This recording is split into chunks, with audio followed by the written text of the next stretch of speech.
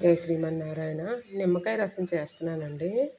ఈ నిమ్మకాయ రసానికి ఒక చిన్న తప్పెడలోని 2, 3 చెంచాలు నూనె పోసుకొని ఎల్లుల్లిపాయలు, దంచిన ఎల్లుల్లిపాయలు, ఆవాలు, జీలకర్ర, వాము, ఎండుమిరపకాయలు ఈ 3 వేసి వేయించి, కొంచెం ఇంగు కూడా వేసి వేయించాలండి.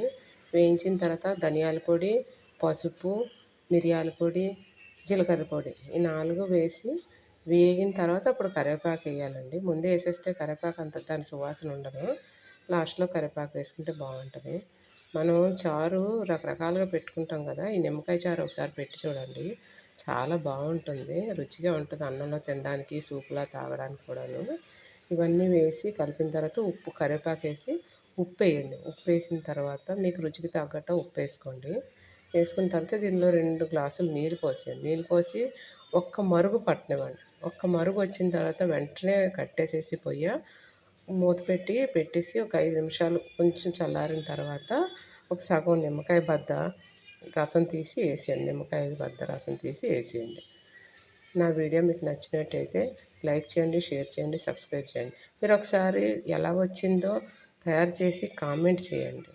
Thank you.